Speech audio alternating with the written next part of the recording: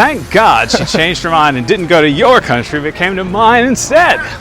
So otherwise, she might be married to you, Philip. That one decision can change the course of the rest of your life. Yeah, definitely. Do you still remember your very first day that you stood off the plane and arrived in Russia for the first time? In the day the direct BA flight. Direct flights. Exactly.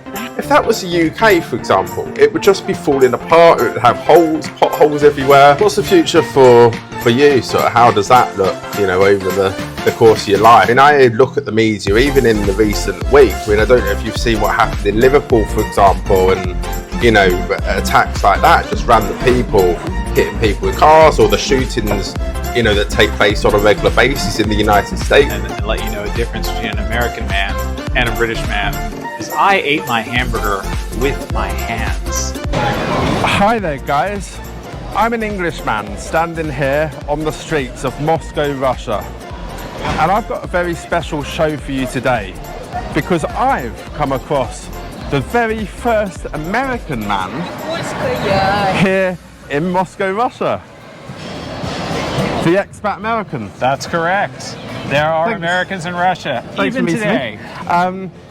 We're going to walk the streets of Moscow, and I'm going to ask a real-life American what it's like to live here, and he's even going to show us out an American diner. So we've got a bit of a treat for you lined up today. Stay with us and find out if it's really authentic, and if you can really get proper authentic American food here in Moscow, Russia. Thanks for having me on, Philip. Let's do it. Let's do it. So, Joe. Philip, good to meet you, sir. Good to meet you too.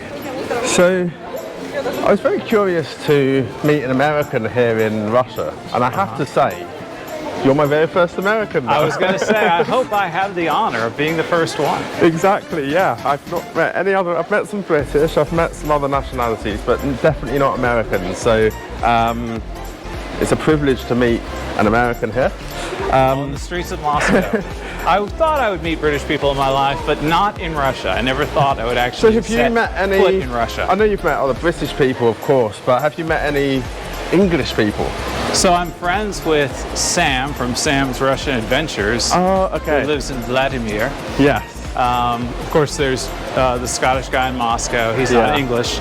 And then there's another guy named Jimmy, the Unglued Brit. He has a small channel. And you've obviously been here for quite a bit longer than me. I've only been here myself 3 for years, about 3 months. Exactly. So, rolling back a bit then, where are you from in the States? Well, of course the States, but where are you from? And what was life like there?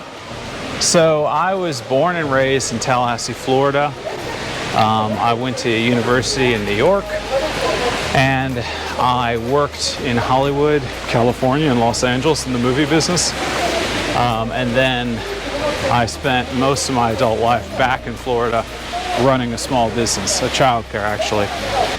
Why Russia for you? What sort of spark went off in your head that thought, you know what, out of every country in the world, I'm going to come here and move to Moscow, Russia?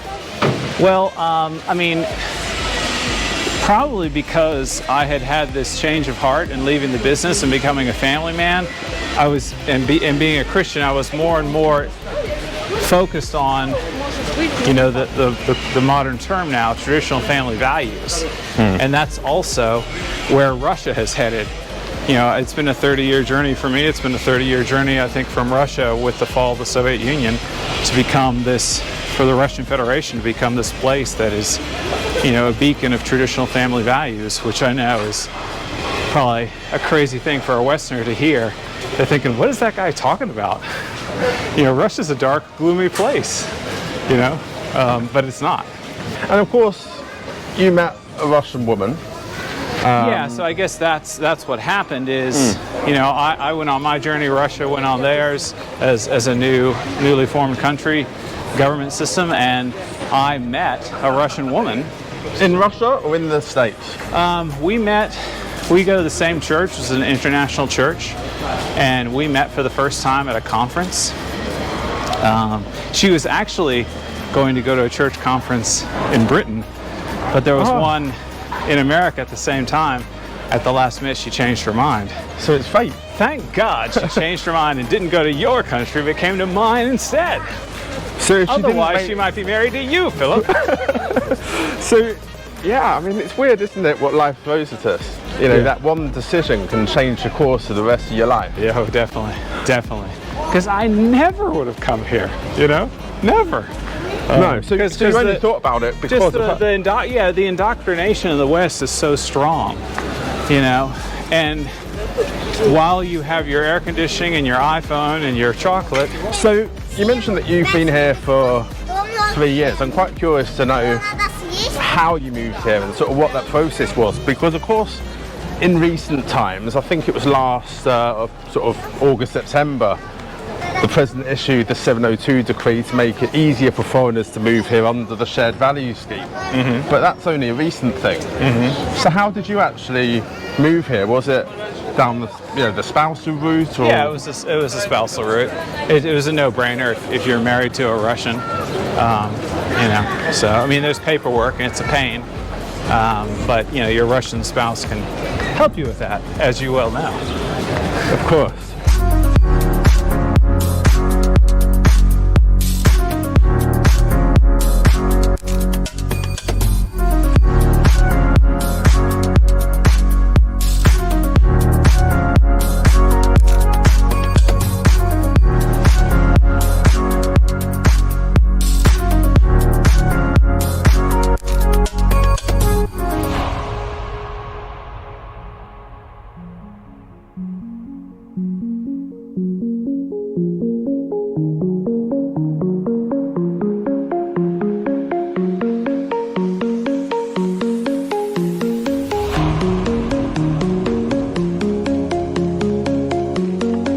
So, Philip, the menu looks good. Yes. Plastic, it's cloth, it looks authentic. Authentic? It's in English. And it does have fish and chips, so you can feel a little bit at home, but not too much, because it is my restaurant. Yes. And you've got signature burgers here. That's just how they say it in the U.S. And, you know, they have like bacon and blue cheese and all this stuff. They have milkshakes, and you can add French fries. So it's very standard. I see they have pizza here.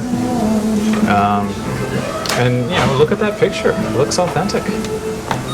So I approve of the menu as well as the decoration. And I would say that your typical American diner that you go to today is not going to even look this nice. You know, Oh, it's not. I think, you know, Russia tries harder to capture other environments, you know, because they see Hollywood movies and things like that, and they think that's cool, and then they copy it in certain areas. And so this is a copy, and it's trying very hard, and it's doing a great job, in fact, better than normal. What would you say is better about this then compared to what you might find in Beverly Hills? Well, I mean, Beverly Hills, it is Beverly Hills, so it's just going to be a restaurant, and that's it. And it has the style that has now been copied as that American diner style, which actually comes from train dining cars. That's the style that the quote 50s American diner is copying. So that's why you see a lot of metal and you see, like, you know, plastic seats. It originally came from train dining cars and then became American diners, and Right. you know, is just a popular style and theme of restaurant around the world. So, Joe, do you still remember your very first day that you stood off the plane and arrived in Russia for the first time? Absolutely. How did that look for you? What did you do on that very first day? And what were the things that stood out most for you in comparison to where you had just come from? So I actually was flying from London to Moscow because, you know, it was a long time Back in the ago. day, the direct BA flights. Direct flights. Exactly. And I was coming to meet, you know, Sveta, who was going to become my wife. At that point, she wasn't even my girlfriend. And I didn't want to spend money coming here just to see a girl. So I said, well, I'm going to go to Britain for a few days, and I'll go to Moscow for a few days. So I'll see London, I'll see Moscow. So even if it doesn't work out for her and I'm just, you know, I'm going on an international trip. I'm seeing the world. No big deal, right? Yeah. And so I had spent a few days in London. I'd been there before. It was, still wonderful for a tourist, but you could see things were not well. It was historical, but it was getting kind of rough, as far as cleanliness and being a nice place, right? And then, on the flight, I just happened to be reading a Time magazine article while I'm on the plane, literally going to Moscow, talking about if you're a Westerner in Russia, they are bugging everything. They are spying on your every word. They are watching you. And I was like, oh my gosh, maybe I shouldn't have come here. But it was too late. I was already on the plane, right? So we land, I get off, and so I'm paranoid from movies. I'm paranoid from the article I just read. And then you have to go through this checkpoint, with guys that look like they're dressed like they're Russian soldiers. I don't know, maybe they're just security, but it's like greenish, I think, uniforms, and they look very stone-faced and serious. It's clean, but it's not aesthetically pleasing. The hall you have to walk through, so it's a little intimidating. They didn't ask to check anything, and then I come through the doors where people would be waiting for you, if anyone's waiting for you, and Sveta was waiting for me, this Russian girl that likes me, and she was very excited to see me, very friendly, as if she was my girlfriend, and that made me feel better, but I was still like, oh my gosh, what am I doing here? And it was November, so it was dark, like almost all the time. Like in November, it's kind of gray. It's kind of a grayish glow from the sun in the sky from like 11 a.m. to 4 p.m.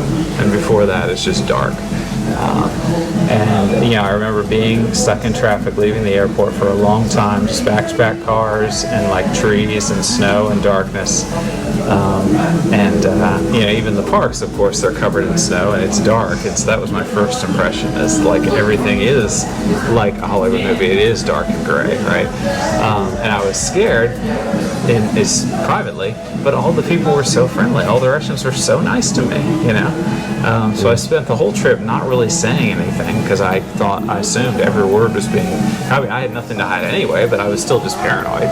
Yeah. And like I always say, my eyes were showing me something that did not match with what I had been taught my whole life.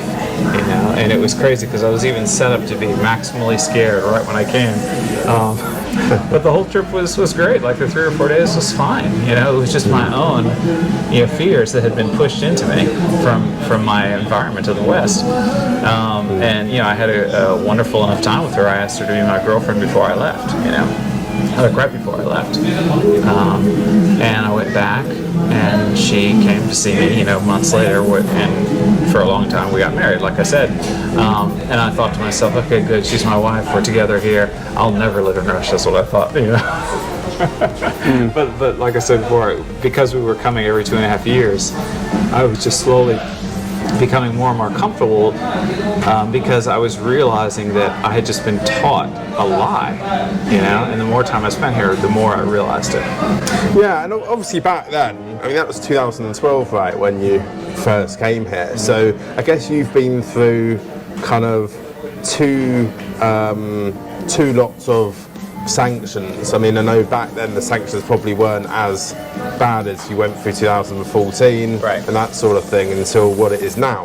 Of course. In fact, I think a lot of Westerners, when they think sanctions, they think it started in February 2022, and they had started before that, but they were just more intense, when the SMO started.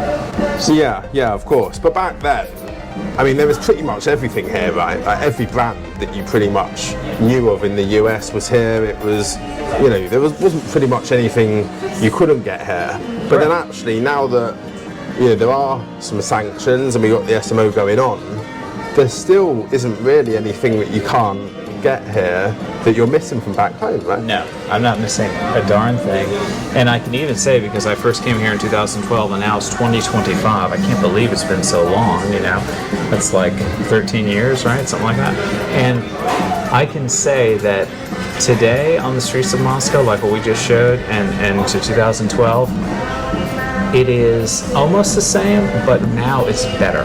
Like back then, the city was a little bit more beat up, not a lot, but a little bit more. It has only gotten better, and there's construction here all the time. They're always improving things. They're always replacing things. They don't even need to replace like. Well, that's. I was walking in the forest near where I live the other day with my wife, and they were fixing the roads, and I'm like, those roads already look new. Why are they replacing it? So, they do it every year, every couple of years. You know, they literally keep replacing things. If that was the UK, for example, it would just be falling apart. It would have holes, potholes everywhere. But here, the issue gets resolved way before it needs to, and they're just spending money on improving things and actually reinvesting that tax money in the right place. So yes, it looks authentic, it feels authentic. I picked up a broken fry. I don't want to start with a broken fry. Here's my fry. Hot. And less salty than what I would get in America, but that's okay. I can put on salt if I want. If you're an American and you want lots of salt, you can add your salt. They've got the ketchup and mustard, pepper. Let's see. How's that look, guys? It looks authentic to me. Do you have American diners in Britain? I believe we do, but I have to say I haven't really I haven't really tried it, to be honest. Do you have any like stereotypical American food you can order in Britain? Well, look, like at a restaurant? Like a hamburger, I guess I would typically say. I don't know what else. So does this look like a hamburger you might get in the UK? I would say, and actually I'm quite impressed that they would cook it how you want. Because a lot of places say you can't. Yeah. And it comes with coleslaw. So if you're a Russian, you don't know this is coleslaw. Is that an American thing, coleslaw? Yeah, it's like Southern American.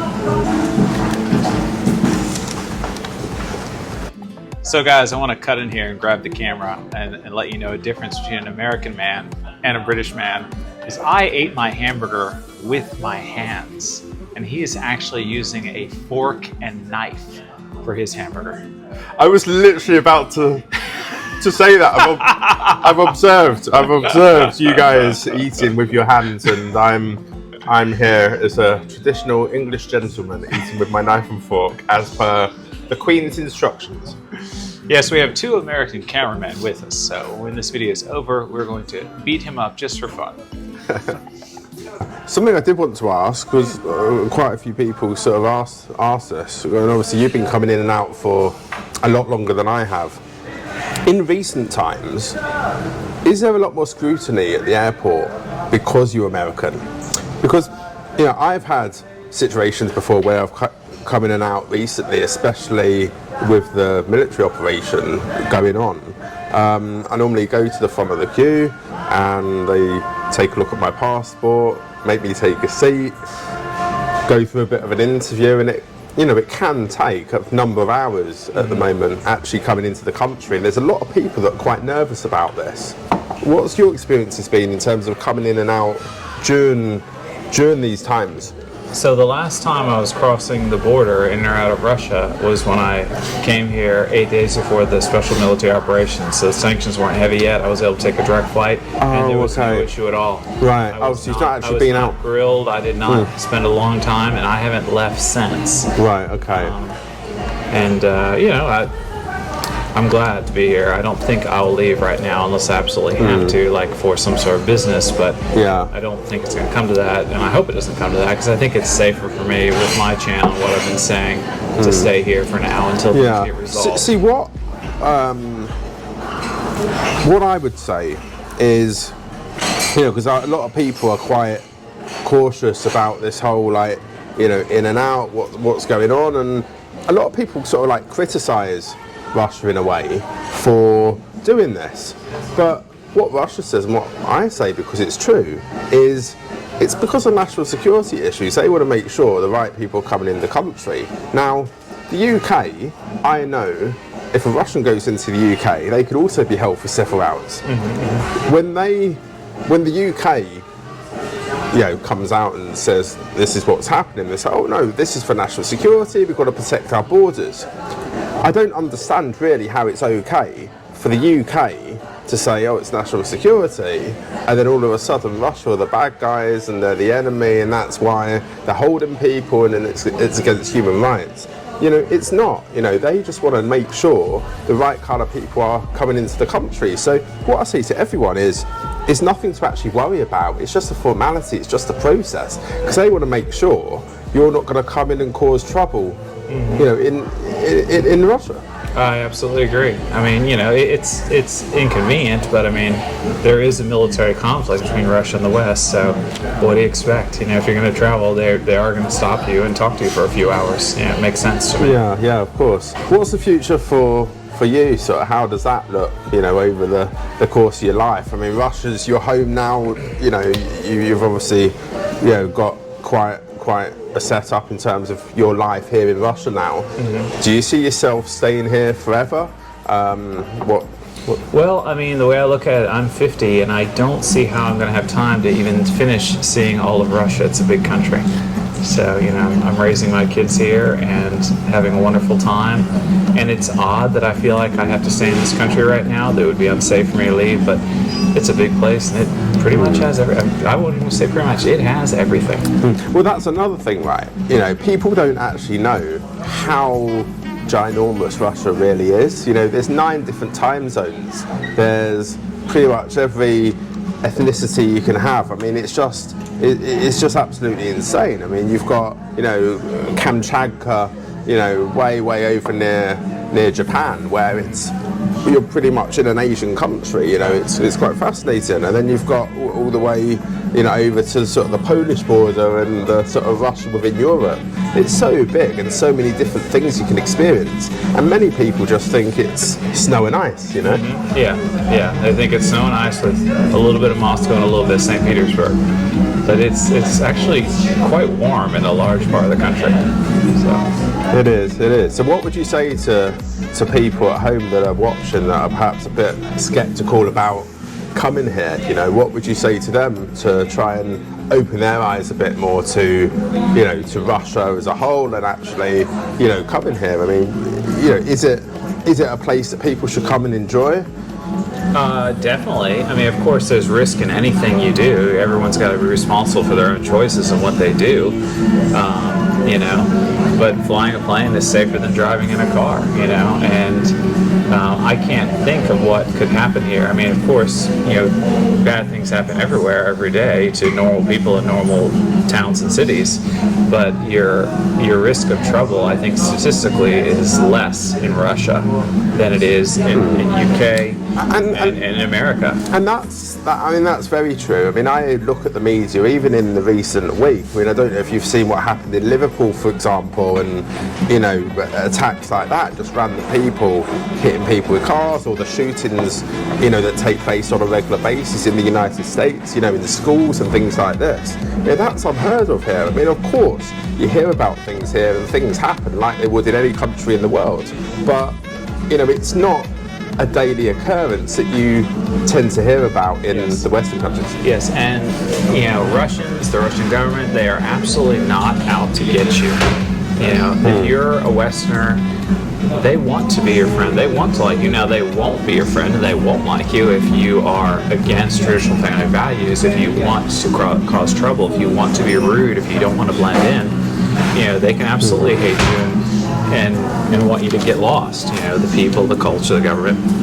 But if you are here and you're respectful and you're for traditional family values and you appreciate Russia, they would love to have you here. They grew up watching the BBC and Hollywood movies, and so, you know, in their heart, they're already accepting of you if you're accepting of them. Well, what reactions do you get when you meet a Russian for the first time here, you know, being an American? Because I don't know about you, but I've had really positive experiences, and people seem to be very interested in, you know, what I've done and where I've come from and what life is like, you know, elsewhere in the world. I'm assuming it's similar experiences for you. Yeah, I can't even think of any negative experiences I've had. I mean, of course, Russians are all different. In general, they're going to be, I think, more stoic. You know, they're not going to have the American smile. They're not going to be as measured as a British person in their emotions. But that doesn't mean that they're not polite and nice in their own way. You know, I think that they might be less smiley and friendly, but they're going to be more sincere in their honesty and their willingness to help you. So, milkshakes. Chocolate. I think I got brownie, didn't I? You got chocolate. You got brownie, I got chocolate. I got chocolate as a sacrifice. I was like, I have to get standard American diner food, so I'm just going to get a standard chocolate milkshake and see what it tastes like. So do these look authentic, first of all? It looks authentic. I will say a lot of American diners, they will also bring out the metal can that they mixed it in. So they'll give you this and the can with a little bit of leftovers in it. And the other diner I went to with Scottish Guy in Moscow, they did that, which is more authentic. It's okay that they didn't do it, I'm just saying. And I'm glad you got brownie because I was curious what brownie's like, and I can see that it looks like brownie is chocolate with just the brownie sprinkles on it. Well, let's taste it then and see what it's doing. It's summertime, it's hot outside, and I took a good drink of that. And it comes with a little cherry, although my cherry is a little bit deflated, I must say. No, it's very thick. I think it's made with ice cream. Probably how they do it in the US. We got the rainbow sprinkles on it. I love it. Thanks for bringing me here. No, you're welcome.